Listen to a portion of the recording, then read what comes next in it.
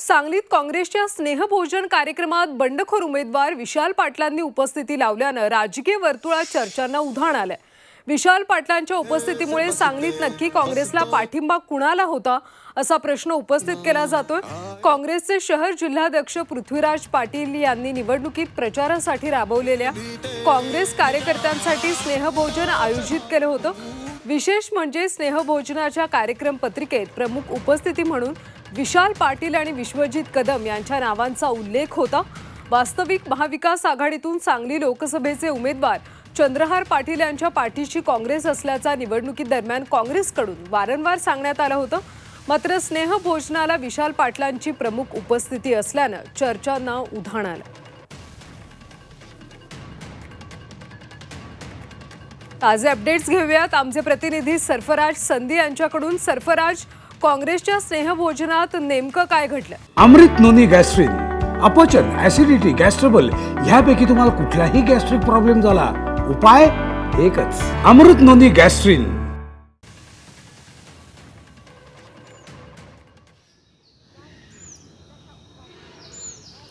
नक्कीच सांगली लोकसभा निवडणुकीमध्ये काँग्रेस नेमकं कोणाच्या पाठीशी होती असा प्रश्न निर्माण झाला होता।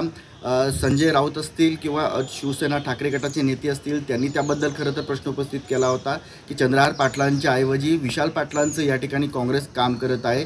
त्यानंतर विश्वजित कदम असतील किंवा काँग्रेस असतील यांनी शिवसेना ठाकरे गटाचे महाविकास आघाडीचे उमेदवार चंद्रहार पाटील यांच्याच पाठीशी असल्याचं सांगितलं होतं। तसा प्रचार देखील प्रचार सभेमध्ये केला होता। व्यासपीठावर अनेक ठिकाणी विश्वजित असतील, काँग्रेसचे नेते असतील हे उपस्थित राहिले होते।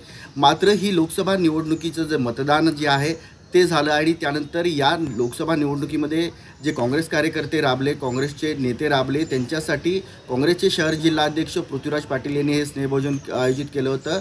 मात्र हे स्नेहभोजन आयोजित करताना या काँग्रेसचे ज्या शहर जिल्हाध्यक्ष पृथ्वीराज पाटलांनी जी काही पत्रिका काढली त्या पत्रिकेमध्ये विशेष उपस्थिती विशाल पाटील यांच्या नावाची होती आणि अगदी तशाच पद्धतीने या स्नेहभोजनाला विशाल पाटील यांची प्रमुख उपस्थिती राहिलेली आहे।